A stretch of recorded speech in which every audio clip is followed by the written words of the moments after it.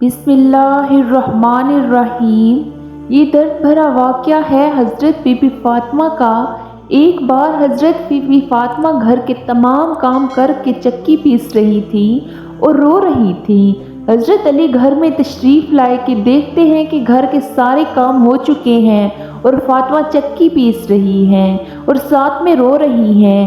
حضرت علی be be Fatima سے پوچھنے لگے، اے فاطمہ، تو کیوں رو رہی ہے اور یہ پانی کس لیے گرم ہو رہا ہے اور اتنا سارا آٹا ایک ساتھ کیوں پیس رہی ہو؟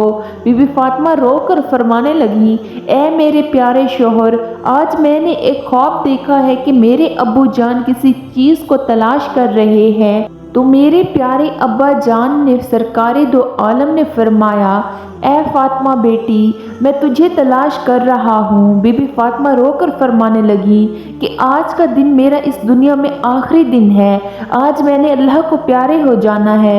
حضرت علی یہ بات سن کر بہت ہی زیادہ رونے لگے اور فرمانے لگے، اے فاطمہ، ابھی تک تو پیارے نبی سرکار دو عالم کے بچھڑنے کا غم ہمارے سینے میں ہی ہے اور تو اپنے بچھڑنے کی بات کر رہی ہے، میں تیری اس جدائی کو کیسے برداشت کروں گا؟ بی بی فاطمہ فرمانے لگی، جس طرح آپ نے میرے ابا حضور کی جدائی کا غم برداشت کیا ہے، اسی طرح سے میری جدائی کا غم برداشت کر لیجیے گا۔ حضرت علی پوچھنے لگے کہ یہ پانی کیوں گرم کر رہی ہو اور یہ آٹا اتنا کیوں پیس رہی ہو؟ آج کے دن بھی تم یہ کام کر رہی ہو، تم نے بہت کام کر لیے ہیں۔ بی بی فاطمہ رو کر فرمانے لگی، اے میرے پیارے شوہر، میں نے آپ کے بھی تو حق ادا کرنے ہیں، اپنے بچوں کے بھی حق ادا کرنے ہیں۔ میں پانی اس لیے گرم کر رہی ہوں کیونکہ اپنے دونوں بچوں کو اپنے ہاتھوں سے نہلا سکوں۔ میں آٹا اس لیے پیس رہی ہوں تاکہ میرے بچے اور آپ اس آٹے کی روٹیاں بنا کر کھا سکیں۔ میں کپڑے دھو چکی ہوں آپ لوگوں کے تاکہ آپ لوگوں کو دھلے ہوئے کپڑے مل جائیں اور آپ پہن سکیں۔ میرے بعد میرے بچوں کو کوئی آٹا گوندھ کر پیس کر کھلائے گا۔ یہ کہہ کر بی بی فاطمہ بہت ہی زیادہ رونے لگی اور ساتھ میں حضرت علی بھی رونے لگے۔ حضرت علی بی بی فاطمہ کو وہاں سے سمجھا کر اٹھا دیتے ہیں اور کہتے ہیں، یہ کام تم مت کرو۔ تبھی بی بی فاطمہ کی طبیعت خراب ہونے لگتی ہے، انہیں تیز بخار ہونا شروع ہو جاتا ہے۔ حضرت علی رو رہے ہیں، بی بی فاطمہ رو رہی ہیں اور اتنے میں گھر میں امام حسن اور حسین تشریف لے آتے ہیں۔ وہ دونوں اپنے اماں اور ابا کو روتے ہوئے دیکھتے ہیں تو اپنی ماں کے سینے سے لگ جاتے ہیں۔ ذرا سوچئے وہ کیسا عالم ہوگا، وہ کیسا منظر ہوگا جس ماں کو پتہ چل جائے آج میں نے اس دنیا سے رخصت ہو جانا ہے اور میرے بچے کا کیا بنے گا، میرے بچوں کو کون کھانا کھلائے گا، میرے بچوں کو کون روز سلائے گا۔ اس ماں کے دل پہ اس بات کی کیا گزرتی ہوگی۔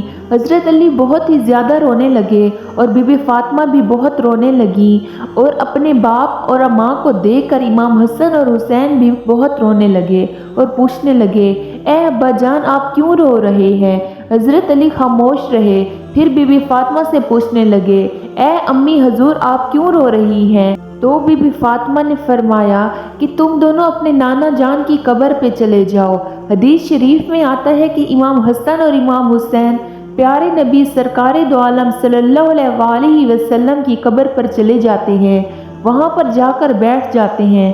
تب ہی اندر سے آواز آتی ہے، اے میرے پیارے بچوں، تم لوگ واپس اپنی ماں کے پاس چلے جاؤ، میرے پاس تو تم لوگ آتے ہی رہو گے، لیکن آج ماں کو جی بھر کے دیکھ لو، آج کے بعد تمہیں تمہاری ماں کہیں نظر نہیں آئے گی۔ جب یہ بات سنی تو حضرت امام حسن اور حسین کے کانوں میں پڑتی ہے تو وہ دوڑتے ہوئے گھر چلے جاتے ہیں اور اپنی ماں کے سینے کے ساتھ لگ کے خوب روتے ہیں۔ حضرت علی بھی رو رہے ہیں اور بی بی فاطمہ بھی رو رہی ہے، امام حسن بھی رو رہے ہیں اور امام حسین بھی رو رہے ہیں۔ اتنے میں بی بی فاطمہ کی طبیعت اور بھی زیادہ خراب ہونے لگتی ہے اور وہ حضرت علی کو اپنے پاس بٹھا کر ان سے 3 باتیں کہتی ہیں۔ پہلی بات تو یہ کہتی ہیں کہ میں نے آپ کے ساتھ کوئی بھی کوتاہی کی ہو، آپ کی خدمت میں کوئی بھی کوتاہی کی ہو، آپ کی نافرمانی کی ہو، آپ کا کوئی حکم نہ مانا ہو تو مجھے معاف کر دیجیے گا۔